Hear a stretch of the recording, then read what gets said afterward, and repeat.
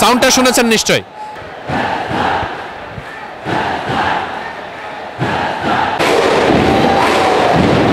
শব্দ শুনতে পাচ্ছেন?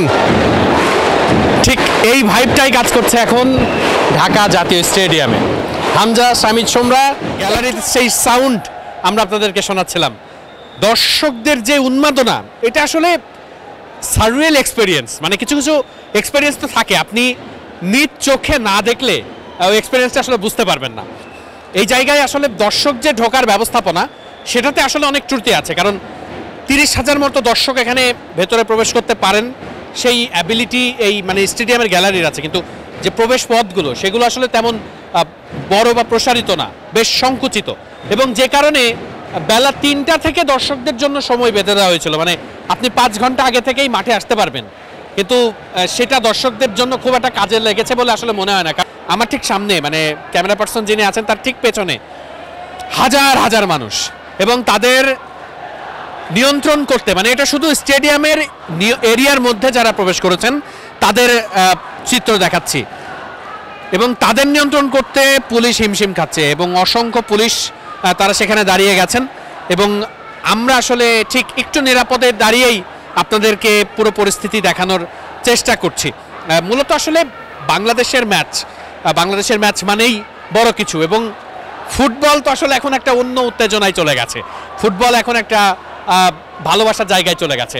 হামজা, শামিদ সোমরা আসার পর ফুটবলের যে ক্রেজ সেটা আসলে অন্যরকম। ভিডিও শুরুতে যেই সাউন্ড পাচ্ছিলেন দর্শকদের, এমন মুহুর্মুহু সাউন্ড, এমন মুহুর্মুহু গর্জন দর্শকদের প্রথম থেকেই ছিল। তবে একটু হয়তো বা আত্মতৃপ্তির জায়গায় একটু খুঁত থাকবে। এই দর্শকরা যদি একটা দারুণ ম্যানেজমেন্ট সিস্টেমের মধ্য দিয়ে তাদেরকে গ্যালারিতে প্রবেশ করানো যেত, যারা আসলে টিকিট কেটেছেন। আমি তো আপনাদেরকে শুধু এই ভেতরের পরিস্থিতিটাই দেখাচ্ছি, বাট বাইরের পরিস্থিতি আরও অনেক ভিন্ন। আরও অনেক দর্শক তারা ঢুকতে পারছেন না। তো যাদের কাছে আসল টিকিট আছে তারা অনেক সময় দেখা যাচ্ছে যে ঢুকতে পারছেন না, আবার অনেকে টিকিট ফটোকপি করে বা নকল টিকিট নিয়েও ঢোকার চেষ্টা করছেন। অনেকে হয়তো বা সফলও হচ্ছেন, কারণ আমরা দেখেছি যে ওই পরিস্থিতিতে একজন একজন করে টিকিট নিরীক্ষা করে ঢোকানোর আসলে কোনো সুযোগ নাই।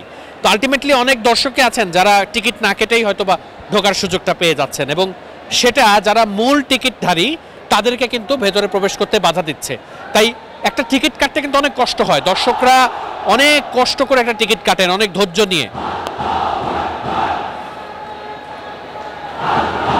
সাউন্ডটা শুনেছেন নিশ্চয়ই, দর্শকদের যেই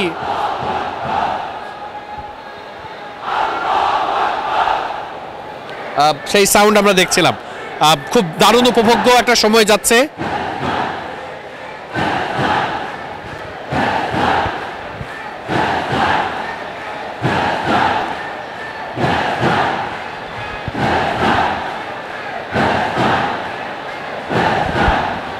অনেক আপডেট আসলে আপনাদেরকে আমরা দেখানোর চেষ্টা করেছি।